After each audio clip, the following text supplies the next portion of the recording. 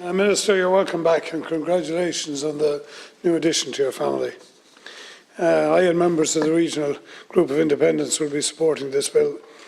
I think we can all probably remember not very many years ago Michael McDowell, when he was in government, suggesting that Ireland should have a cafe culture in society, and I think little did we know how we were going to potentially arrive there, but here we are.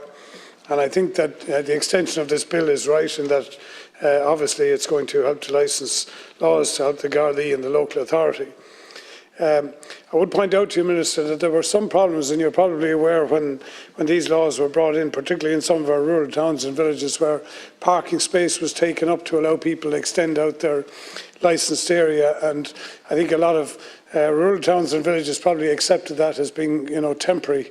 It now looks like we're going to be extending that, and I think it would be important now that the local authorities would try and engage with maybe other shop owners. If you're a shop owner, you're losing potentially parking outside your door.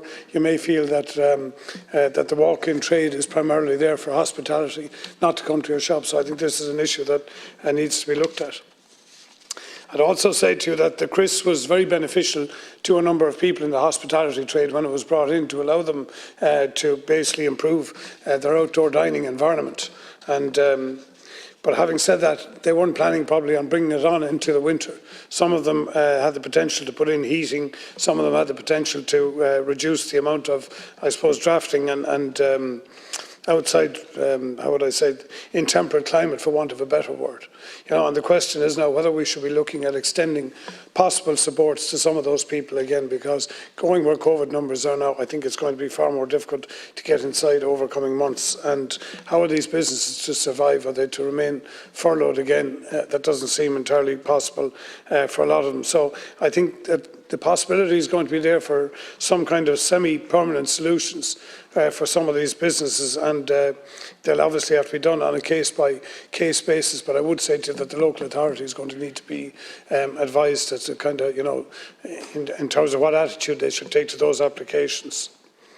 And there is another question as to how we treat those with no access to outdoor space. I've had a number of people in the pub trade who don't have an area whereby they can operate outdoors. Some of them may have a very small area where they have, for let's say, a smoking area. They cannot convert that into a seated area for people to consume alcohol.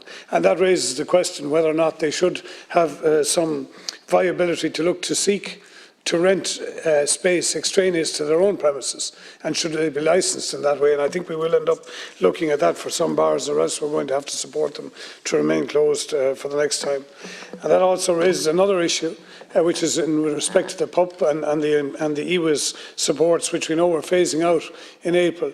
But the question was asked of me, Minister, by somebody who runs a number of establishments, where they have people who have been in their long-term employ 5 years and 10 years.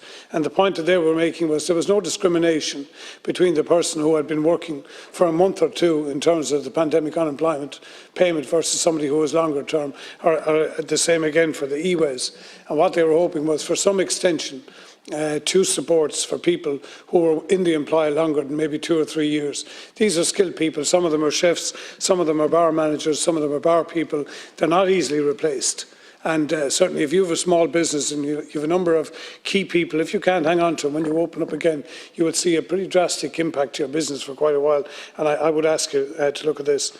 And the other issue, Minister, which you're well aware of, we need to get back to what regulations are going to cover again the idea of outdoor dining. If it's hand hygiene, if it's masks, all of that, if it's spacing, air filtration, rapid testing. I think we need to advise hospitality now over the next while, particularly in light of today's announcement. And the only other thing I'd say to you is, again, in terms of the Garda presence, we did have some issues as well. You're aware of some antisocial behaviour when there were outdoor areas being licensed, in that people were able to walk away, were able to buy, take it away, go further down the street and consume it there. And I think I'm sure the vintners are very keen to see that that is not repeated and that everybody is supported. But again, I think we just need better coordination maybe between the vintners and the guards and the local authority.